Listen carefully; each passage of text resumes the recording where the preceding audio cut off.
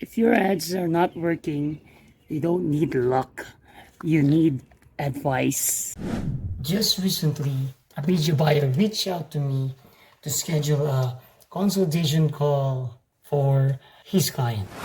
First, we broke down what they tried, from creatives, targetings, to budget. So I advised them on using effective creatives that's been working right now, also using some hyper targetings and slightly increasing the daily budget.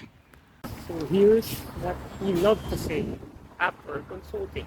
Very important, gaya ng e-com, creatives pa rin talaga. At saka yung mga hook na gagamitin, it matters.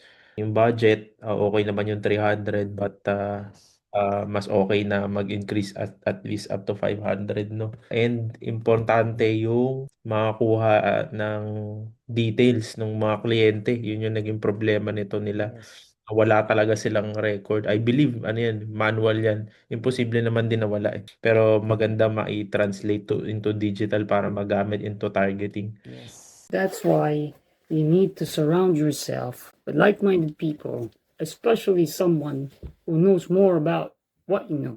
That's how I can say